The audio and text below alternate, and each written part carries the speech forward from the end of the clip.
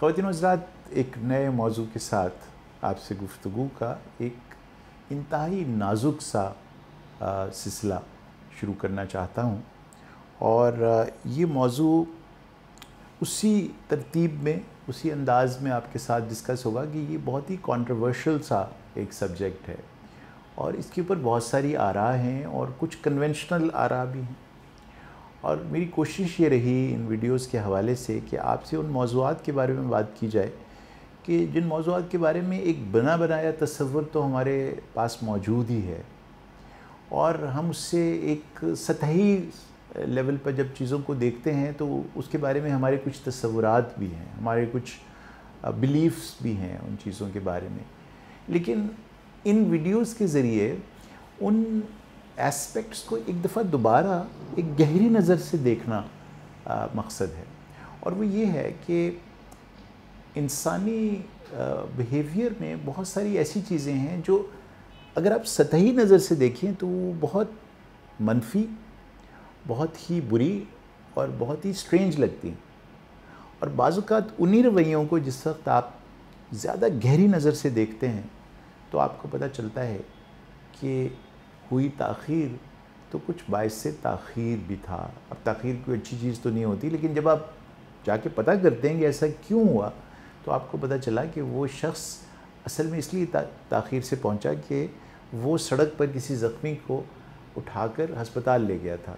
तो आपका पूरा तस्वुर उस चीज़ के बारे में तब्दील हो जाता है। आज का मौजू ट्रू लाइज़, यानी वो सच्चे झूठ जो बोले जाएं तो फिर आपको ज़रा सा उनके बारे में तवक्कुफ़ करके उस नज़रिए को दोबारा से सोचना होगा कि क्या कोई ऐसी सूरत हाल हो सकती है जहाँ पर एक झूठ उस अंदाज़ में आपको मुतासिर ना करे जिस अंदाज़ में उसे करना चाहिए। यानी साज़र है कि इंसानी रवैयों में शायद जो सबसे ज़्यादा बदहैयत और गैर इंसानी रवैया है वो झूठ है। उसकी बुनियाद ये है कि मेरी नज़र में झूठ बेवफाई का नाम है। यानी आप बुनियादी तौर पर एक शख्स को जिसके साथ झूठ बोल रहे हैं उसको सतह इंसानियत से नीचे गिरा रहे हैं। यानी आप ये शो कर रहे हैं कि मैं तो तुम्हें एक मीन्स टू द एंड के तौर पर इस्तेमाल कर रहा हूँ, तो चूँकि मुझे उस एंड तक जाना है इसलिए तुम हमारे साथ इस वक्त झूठ बोल लेना बिल्कुल ठीक है, क्योंकि तुम्हारी अहमियत ही क्या है। सो ये जो बेवफाई है ये मेरी नज़र में वो पहलू है झूठ का जो शायद छुपा हुआ है हमारी नज़रों से। और हम अगर ये समझ जाएं कि झूठ किसी इंसान को सतह इंसानियत से गिराने का एक अंदाज़ है तो शायद बहुत से झूठ हम ना बोलें। मेरा नहीं ख्याल कि कोई भी किसी को इस सतह से गिराना चाहता है, लेकिन क्योंकि उसे मालूम ही नहीं होता तो वो इसे बेवफाई की नज़र से नहीं देखता। तो पहली बात तो ये कि ये जो झूठ हैं ये इसलिए नाकाबिल कबूल हैं कि ये इंसान को इंसान नहीं रहने देते और उसे एक कंज्यूमर के तौर पर एक कारोबारी इंसान बना देते हैं और उसे एक एक्सप्लॉइटर के तौर पर सामने ले आते हैं, जो मेरा ख्याल है कि इंसानी सतह से नीचे गिर जाने की एक कैफियत है। तो जनाब, ट्रू लाइज़ क्या होंगी? अब उसके लिए मैं एक छोटा सा वाक़या आपको सुनाता हूँ।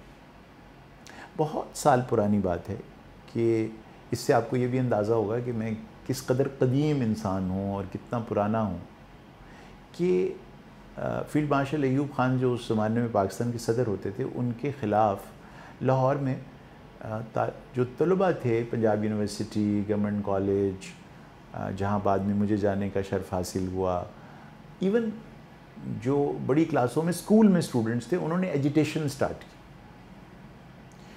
एजिटेशन के वो जो साल हैं वो 60 की दिहाई का एक बहुत इम्पॉर्टेंट टर्निंग पॉइंट है पाकिस्तान की हिस्ट्री में, क्योंकि उसी एजिटेशन के नतीजे में अयूब ख़ान साहब को सदारत से सबकदोश होना पड़ा और याह्या ख़ान साहब उनकी जगह पाकिस्तान के सदर बने, माशाल्लाह लगा। तो एक बहुत बड़ा टर्निंग पॉइंट है, इसलिए शायद आपके जहन में वो साल हो। अच्छा, खैर बात ये हो रही थी कि वहाँ स्टूडेंट्स का एजिटेशन हो रहा था। हम एक छोटे से घर में लाहौर में रहते थे और जो घर था वो इस तरह से था कि वो एक बंद गली में था, यानी वो आखिरी मकान था उस गली का जहाँ हम रहते थे। तो हम वो जो एजुटेशन चल रही होती थी उसमें उसका नज़ारा टिपिकल लाहौरियों की तरह छत पर से किया करते थे, एज़ इफ़ कि इससे तुम्हारा ताल्लुक ही कोई नहीं है। वो हमारे लिए खेल तमाशा होता था कि आगे आगे वो स्टूडेंट्स भाग रहे हैं और पीछे पीछे लाठियाँ लिए हुए पुलिस वाले भाग रहे हैं। यकायक हमने देखा कि वो मंज़र जो सामने चौक में दूर नज़र आ रहा था वो हमारी गली में ही हो रहा था। और हमने देखा कि चंद स्टूडेंट्स भागे हुए, कुछ तकरीबन 8 से 10 भागे हुए तेज़ी से हमारी गली में दाखिल हुए और हमारे मकान पर आकर उन्होंने ज़ोर ज़ोर से देखा, आगे गली तो बंद है, तो यही आखिरी घर था, तो इसको दरवाज़ा तोड़ना शुरू कर दिया और ज़ोर ज़ोर से बजाना शुरू किया। तो हम भागी, मेरी वालिदा दरवाज़ा खोलने के लिए, और खोला और उनको अंदर आ जाओ, फ़ौरन अंदर आ जाओ, और उनको अंदर बुलाया। अब वो बहुत सहमे हुए थे, कुछ के कुछ चोटें भी लगी हुई थी, शायद किसी जगह जहाँ वो आ रहे थे वहाँ मुकाबला भी हुआ था, और बहुत घबराए हुए स्टूडेंट्स। तो हमारी अम्मा ने उनको बुला के बिठाया और उनको तसल्ली दी, कहा जाओ पानी लाओ इनके लिए, और वो खैर उनके लिए पानी वानी का सिलसिला शुरू हुआ। उनके जो छोटे मोटे ज़ख़म थे उनको कुछ साफ़ वाफ़ करना शुरू किया।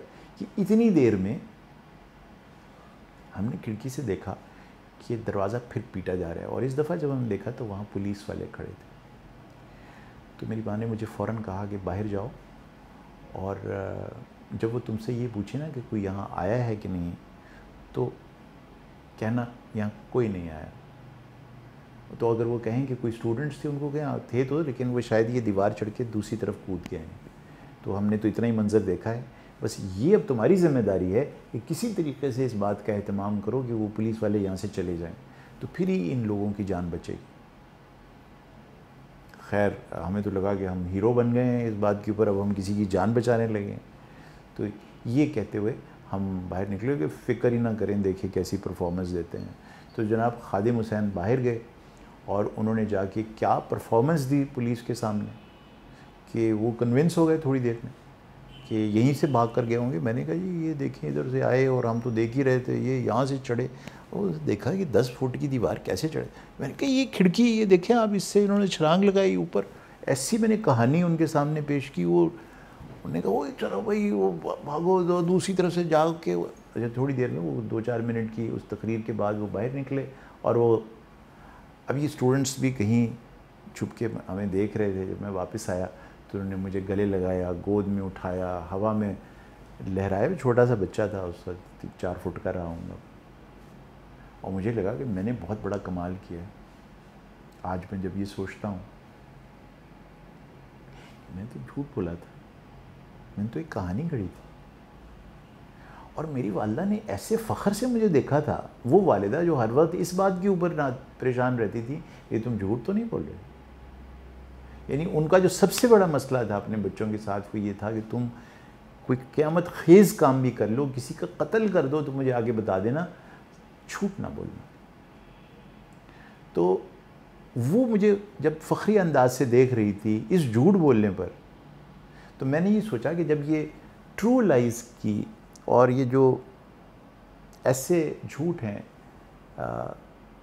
उनकी बात आपसे की जाए तो ये वाक़या आपको बताया जाए। खैर वक्त गुज़रता गया और हमने कुछ फ़िल्में भी ऐसी देखी जिसमें इस तरह के झूठ बोले गए कि जिनको यूलोजाइज़ किया गया। मसलन एक फ़िल्म थी ट्रू लाइज़, मेरे ख़्याल में आर्नल्ड श्वार्ज़नेगर थे उसके अंदर, शायद 90 की दिहाई की फ़िल्म है, इब्तदाई सालों की। उसमें एक शख्स एक सीक्रेट लाइफ गुजार रहा है, अपनी बीवी से मुसलसल झूठ बोल रहा है, ये कहकर कि वो मेरा ख्याल है कि शायद कोई कंप्यूटर बेच रहा हूँ या इस तरह की कोई उसने कहानी उसको बताई, जबकि वो एक्चुअली जासूस होता है। और उसकी ज़िंदगी टोटली एक पैरेलल लाइफ है जो वो गुजार रहा है। वो एक एजेंसी के लिए काम करता है, जासूस है, और घर भी ये उसने मशहूर कर रखा है कि वो एक